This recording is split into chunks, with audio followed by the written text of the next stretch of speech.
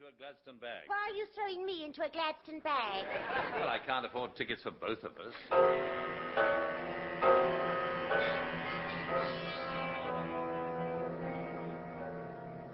The scene changes to a castle in Transylvania. Locked in an underground laboratory... Miss Smith, just a minute. Yes, sir. You deliberately used the American pronunciation for a cheap laugh, didn't you? Yes, sir. Well done. Continue. Thank you very much. Locked in an underground laboratory, a certain Baron Frankenstein is busy with his beastly experiments.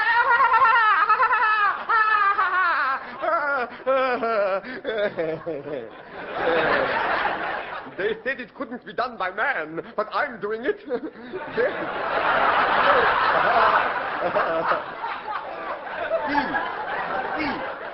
See, in this test tube, I add a little of this powder to the bubbling liquid. I pour in the contents of this container, then a milligram of this white liquid. There, you see, monster. Ah, a superb cup of cocoa. Do you want some? No, thank you, Master. It rushed my terminals. Oh. Right, then I shall proceed with my experiment. Come, monster, lend me a hand. Yes, righto. Catch. Oh! No, I meant assist me, you fool. Let us check that everything is in order. Operating table, straps, electrical devices, helpless maiden. Hey, where's the helpless maiden? Oh, Lord, it quite slipped my memory on. Oh! How can I perform my work without proper facilities? I, the great Baron Frankenstein, DSC, mad. Oh, get out of my way. I shall go and find a helpless maiden myself.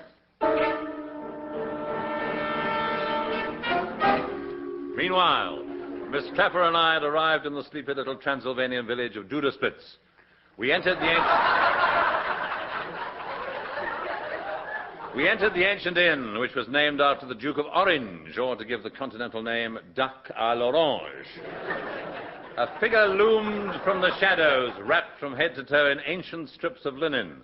It held a curiously colored ushabti in its hand. It spoke. I bring a warning from the Pharaohs, a warning from the Pharaohs. Southerly gales are expected, spreading later to Fair-Isle, Dover, Humber and Finisterre. Yes, thank you. It's just as well to know these things. Now, tell me, where's the innkeeper? That is me. I'm also the innkeeper. Good afternoon. You are welcome to do the split. Not just now, thank you. Later, perhaps, but, first a meal. Now, what have you, good innkeeper? I can offer the lady my cold Wiener Schnitzel. Lovely. Any chance of a good full-bodied wine? Certainly. I locked the dog out.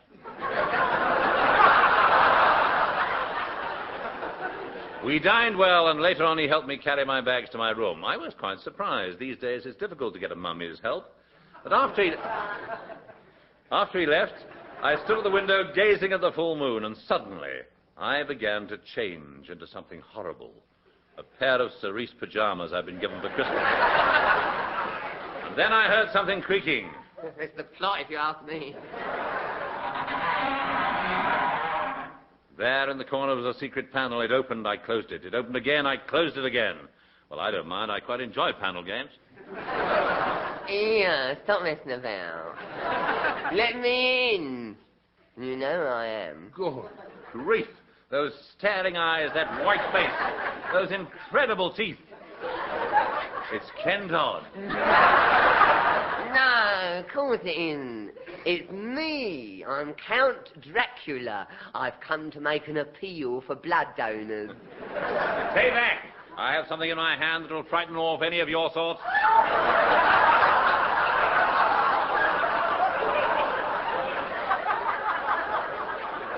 It's a lucky rabbi's foot. I think that's a misprint, isn't it? Shouldn't it be? Oh. Oh, my mistake. Yeah, I ain't got time to muck about. Come on, give us your throat. Come on, don't be shy. Never, never. I backed away from him, making the sign that all vampires dread. Oh, you rude thing. He disappeared through the panel, leaving behind a faint odor of graveyards and lily of the valley. I bundled Lily into the panel after him. I decided I couldn't spend another moment in that dreadful room. I went out into the corridor where I passed a restless night. Sir Darcy Groat, as it happened. Good evening. Couldn't you sleep either? He was a tall, stately figure, holding his head proudly under his left arm. I never sleep. I'm doomed to walk these corridors forever, searching. Well, I think it's down there and to the right, actually. But before you go, tell me, have you seen anything of my travelling companion, Miss Clapper? Now that you mention it, I did see a young lady in the corridor. She was bound and gagged and being stuffed into a sack by a mad scientist who didn't think anything of it at the time. Good grief, who was he? Baron Frankenstein, I believe. He's notorious round here. He's got the biggest loss in this part of the country. There was no time to lose. I ran through the night, which was rather rude of me, I suppose. Outside, a special effects man raged. I headed for the castle. I could only hope I would be in time.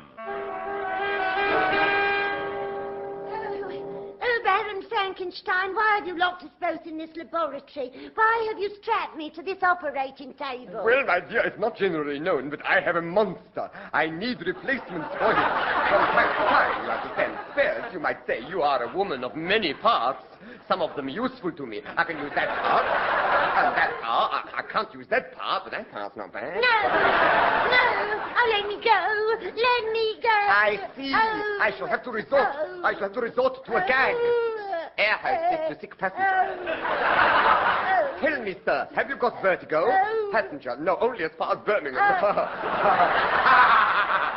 Yes, I thought that would quieten you.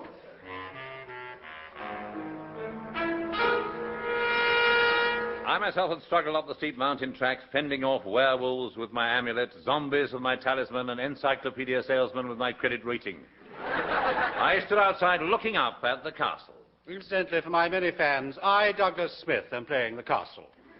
I stand athwart the mountain top, solid, immovable. I am a tall, grey bastion. Well, I don't think anybody will argue with that, Smith. Now, come on, drop your drawbridge and let me in. Oh, very well. Creak, creak, creak. A hideous creature lurched towards me, reaching out with his great hairy hands. He spoke. Of course you are for crown to see round this stately Douglas Smith, mister. Oh, very fair. Here you are. Thank you. Straight ahead is a fine example of a Gothic courtyard, and on the left you can see the crypt. I don't know if you'd care to creep in. Not just now, thank you, no. Please yourself. Right. Now, continuing our tour, we have on the right the secret underground laboratory of Baron Frankenstein. This was what I've been waiting for. I pushed the monster aside. The scene that met my gaze sent a chill through my marrow, and it didn't do much for my Brussels sprouts either. Miss Clapper was held on an operating table by a steel band. Oh, thank heavens you've come, Mr. Sink Plunger. This foul fiend was about to... Foul fiend? Fiend? Fiend? What sort of way is that to talk about me? Just because I'm a mad scientist, do you think I don't feel? I feel as much as anybody. I feel more. I feel more than some. Do you think I don't sob in the night as I twist and turn on my pally ass? There now. I didn't want to be a mad scientist. Mummy wanted it for me. I wanted to be a mad greengrocer. I sobbed and buried head in hand. Come, Miss Clapper, let us continue the search for your brother Engelbert. Never mind our brother Engelbert. You shall not leave. Monster, stop them. Yes, Master, yes. Stay still. Stay where you are, else I'll... Oh, look! Those electrodes buried in his neck, those crude stitches, the shaven skull, the wires hanging from his nostrils. Oh, Engelbert, you haven't changed a bit.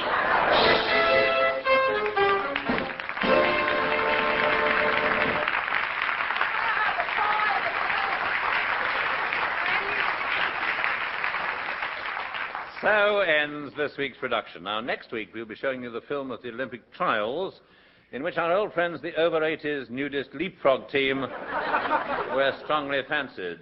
Well, I'm told we can't expect their performance to have its usual...